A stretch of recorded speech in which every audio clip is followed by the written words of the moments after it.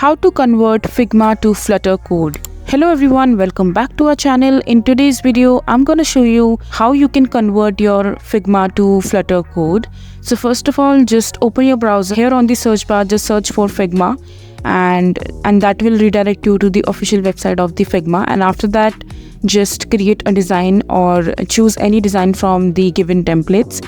And after that, just click on this share button and from here just copy the link. As you can see, the link is copied, and after that just visit function12.io website, and after that just paste that link over here at the translate for free tab, and after that just click on translate for free, allow the access, and as you can see the import is in process. It will take some time, so just be patient. And after that just click on no thanks, and here you will see the export icon.